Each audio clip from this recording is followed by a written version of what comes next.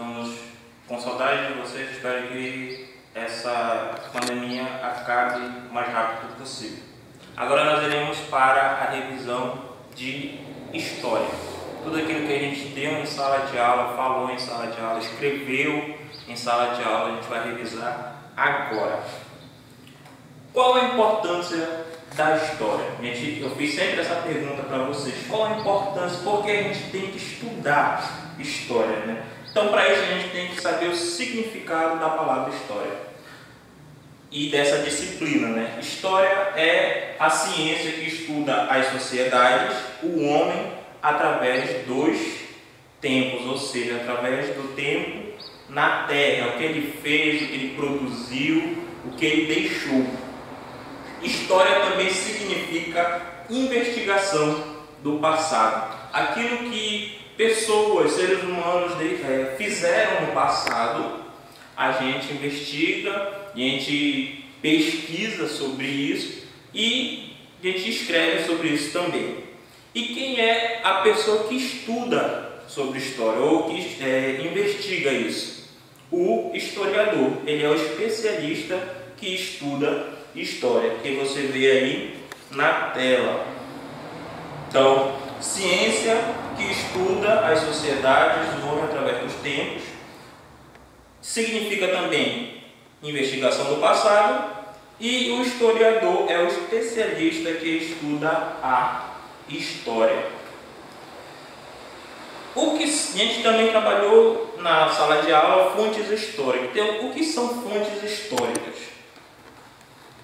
Fontes históricas, ou seja, o historiador usa fontes históricas, ou seja, são instrumentos do historiador, que são vestígios deixados pelo homem e mulheres na Terra.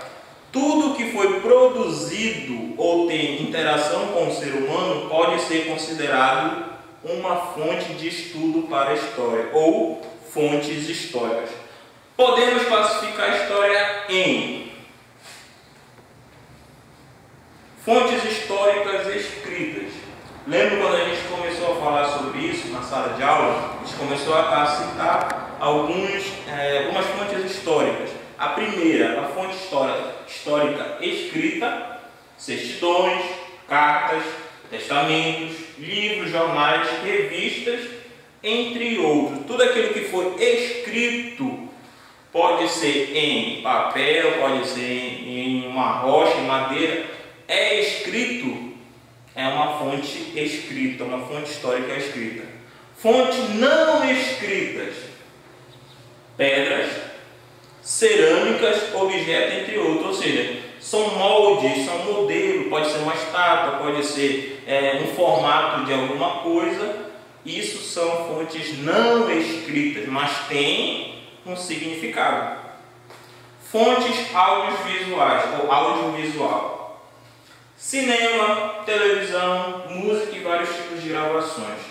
Audiovisual utiliza o áudio, ouvir, e o visual, a visão. Isso que vocês estão fazendo agora, estão utilizando uma fonte audiovisual. Eu estou falando e vocês estão ouvindo. Eu estou aqui na frente da câmera e vocês estão me vendo. Então, isso é uma fonte audiovisual. Mas daqui a alguns anos, quando vocês forem pesquisar ou se lembrarem, eu tive aula com o professor Davi. Vou pesquisar no YouTube, aí vocês vão ver, uma fonte audiovisual. Tudo que você pesquisa é audiovisual. Pesquisa que tem o áudio e a visão. Outra fonte são somente as visuais, não tem um som. Imagens, pinturas, fotografias, anúncios de publicidade, entre outros. Ou seja, só tem a imagem, não tem um som, essa imagem. Fontes orais são registros de entrevistas ou relatos falados. Hoje as pessoas utilizam muito o áudio do WhatsApp. Isso pode ser considerado uma fonte oral, é um áudio. A pessoa está falando, você envia para outra pessoa e ela ouve este áudio. Hoje em dia, essa última fonte é utilizada muito, fontes virtuais. Essas fontes são utilizadas principalmente em arquivos eletrônicos ou produzidos em equipamentos eletrônicos, como computadores, entre outras tecnologias. Pode ser um tablet, pode ser um celular, pode ser uma câmera, essa câmera aqui. Isso pode ser considerado uma fonte histórica virtual. Por quê? Você vai procurar isso aonde? Na internet. Pode ser na internet. Tudo que você for procurar na internet é uma fonte histórica virtual. A história também, ela, como a gente falou na primeira parte da aula, a história, ela é tudo aquilo que o ser humano fez na Terra no decorrer do tempo. Então a história sempre vai estar interligada com o tempo.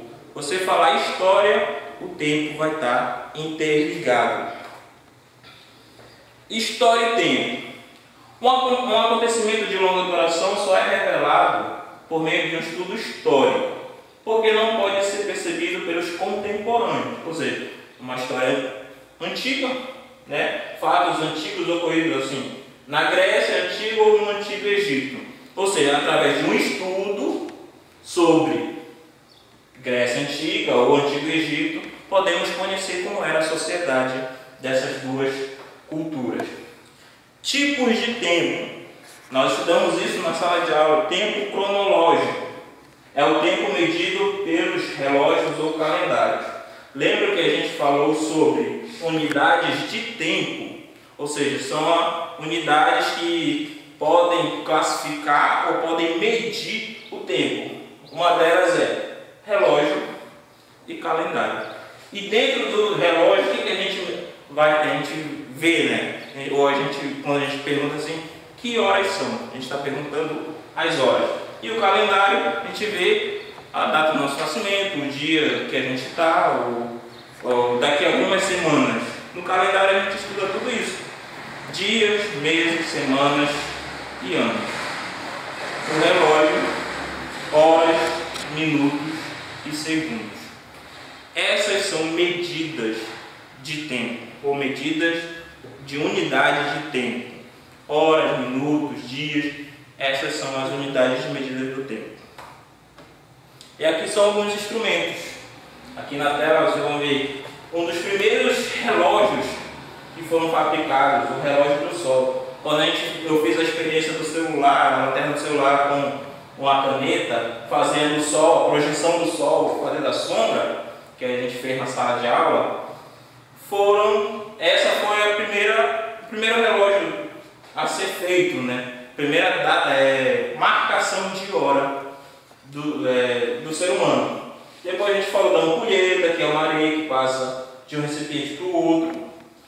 Aí depois, alguns anos depois, alguns relógios foram inventados, a corda, e os que a gente tem hoje, os relógios de pulso, relógio no celular, relógio no computador, que já são os digitais.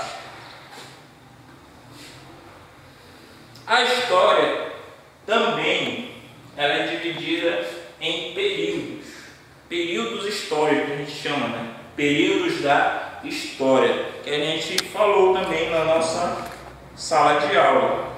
O primeiro período da história começa com a invenção da escrita, lá na pré-história, que a gente vai estudar mais para frente.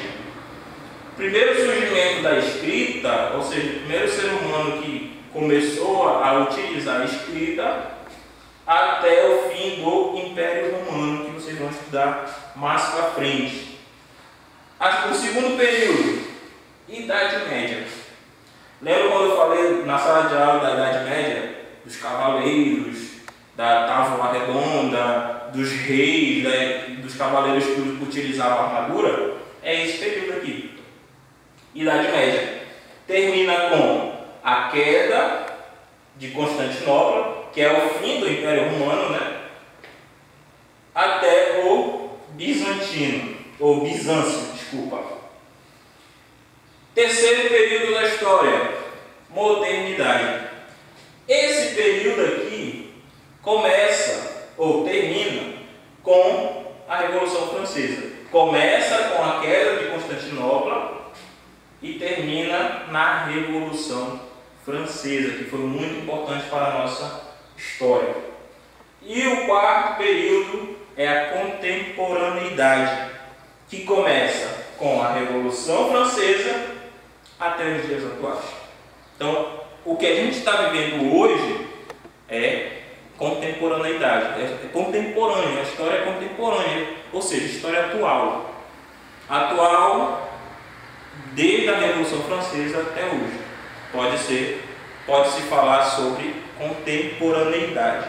Embaixo a gente vê a datação desses períodos: pré-história, Idade Antiga, Idade Média, Idade Moderna e Idade Contemporânea. A gente vai para o próximo assunto. A gente começou falando nas nossas aulas, antes da nossa pausa, criacionismo e evolucionismo. Essas duas teorias têm muita divergência, porque alguns defendem uma e é contra a outra. Criacionismo. A teoria prega que a vida, a humanidade, a Terra e o Universo foram criados por uma força sobrenatural, ou seja, um Criador. As diferentes religiões têm sua própria versão do criacionismo. Lembra quando a gente falou no livro que uma tribo indígena no Brasil tem a história da criação do universo e uma religião do outro lado do planeta tem uma outra história sobre a criação do universo? Um exemplo que a gente vai usar aqui é o cristianismo. O cristianismo ele utiliza, ou seja, adota a Bíblia, mais precisamente o livro de Gênesis, como fonte explicativa sobre a criação do homem. Religiões com base na Bíblia utilizam a própria Bíblia para defender o criacionismo, ou seja, Deus criou o ser humano, criou a terra, criou o universo. Para o criacionismo, o homem foi feito à imagem e semelhança de Deus e, portanto, não descende de primatas, ou seja, não vem dos macacos. E a outra teoria, o evolucionismo. A explicação eu busquei no dicionário da internet. Doutrina fundada na ideia de evolução, especialmente no conjunto de teorias que explicam a evolução das espécies. No decorrer do tempo, isso o lamarckismo falava. Teoria de acordo com a qual toda cultura é consequência de um processo de evolução permanente e contínuo. Ou seja, o evolucionismo prega que um ser vivo começou a evoluir por causa do ambiente a qual ele estava. Ou seja, para poder sobreviver, esse ser vivo começou a se adaptar. E nessa adaptação, ele começou a evoluir. Ou seja, se adaptando, ele já começava a evoluir na sua sobrevivência. E um naturalista chamado Charles Darwin foi um grande pesquisador sobre isso. E alguns acreditam a ele que ele foi o pai do criacionismo, ou seja, a base do criacionismo foi o seu livro chamado A Origem das Espécies, que ele pesquisou sobre alguns seres vivos, pássaros, alguns répteis, alguns outros animais que têm determinadas características que os seus ancestrais não tinham. Ou seja, ele percebeu que alguns animais, para poder sobreviver, se adaptaram. Alguns, por exemplo, alguns pássaros têm um bico mais fortificado, mais forte, ou de uma forma, um formato diferente do seu ancestral. Ou seja, ele se adaptou ao seu meio ambiente. E nesse mesmo contexto a gente vai falar sobre seleção natural. A seleção natural prega que se o indivíduo ou o ser vivo não se adaptar, ele acaba morrendo. Se o ser humano ou o ser vivo não se adaptar ao meio que ele está ou para onde ele for, ele vai acabar sucumbindo, vai acabar morrendo. Então, ele vai ter que criar alternativas para poder se adaptar. Ok? Então, até a próxima aula. Cuide-se bem. Vamos ficar todos bem.